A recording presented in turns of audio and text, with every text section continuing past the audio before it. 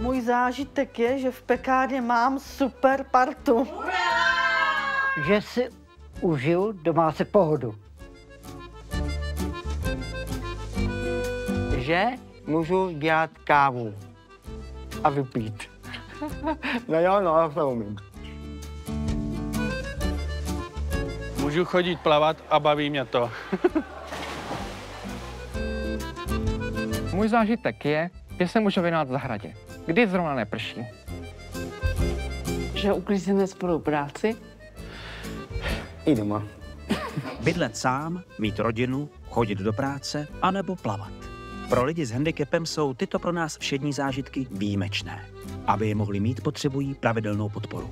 Staňte se trvanlivým dárcem a udělejte z neobyčejných zážitků obyčejné.